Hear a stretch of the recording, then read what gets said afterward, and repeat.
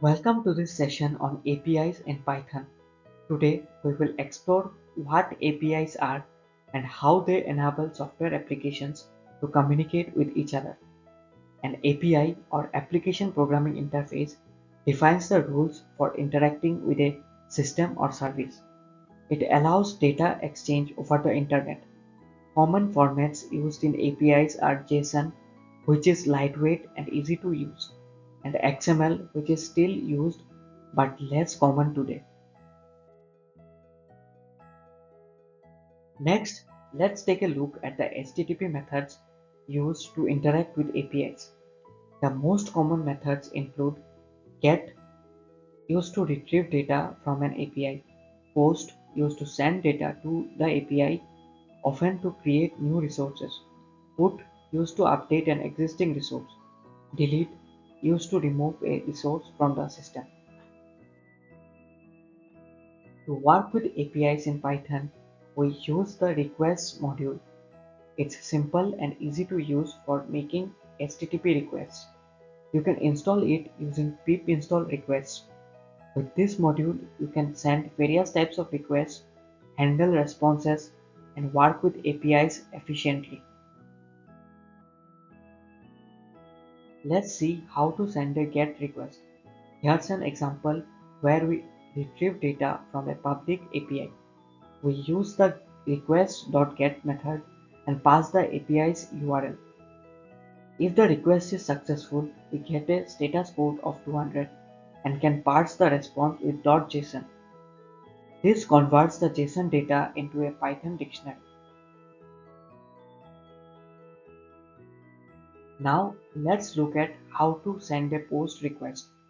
This method is used when we need to send data to an API, such as creating a new resource. Here we pass data as a dictionary using JSON equals to data. If successful, the server will typically respond with a 201 status code and a newly created resource. APIs usually return data in JSON format. In Python, we can easily handle this using the .json method. Once the data is in dictionary form, we can access it like any other Python object. In this example, we access each post title and print it. While working with APIs, it's important to handle errors. If the response data's code isn't 200, we need to check what went wrong. For example, a 404 means the resource was not found, and a 500 indicates an internal server error. Always handle errors to ensure your application runs smoothly. Sometimes we need to pass query parameters in the URL to filter or customize the data returned by the API. We can do this by adding a dictionary of parameters to our request.get method, which will automatically include them in the URL.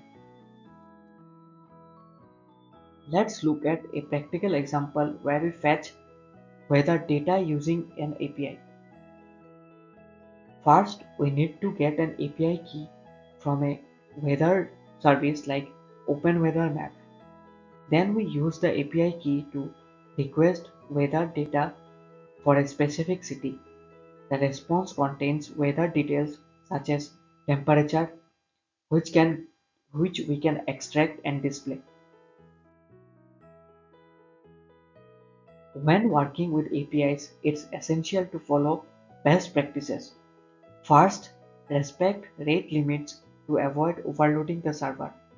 For authentication, use API keys or OAuth tokens. Lastly, always handle errors properly by checking the response status code and responding accordingly. To summarize, APIs allow us to exchange data between systems. In Python, we use the request module to make HTTP requests and work with APIs. JSON is the most common data format, and we can handle GET, POST, and other HTTP methods. Don't forget to handle errors and queries and query parameters when needed. For your practice, try fetching data from a public API and dispatching it. Then create a script that sends a post request and handles the response. This hands-on experience will help reinforce your learning.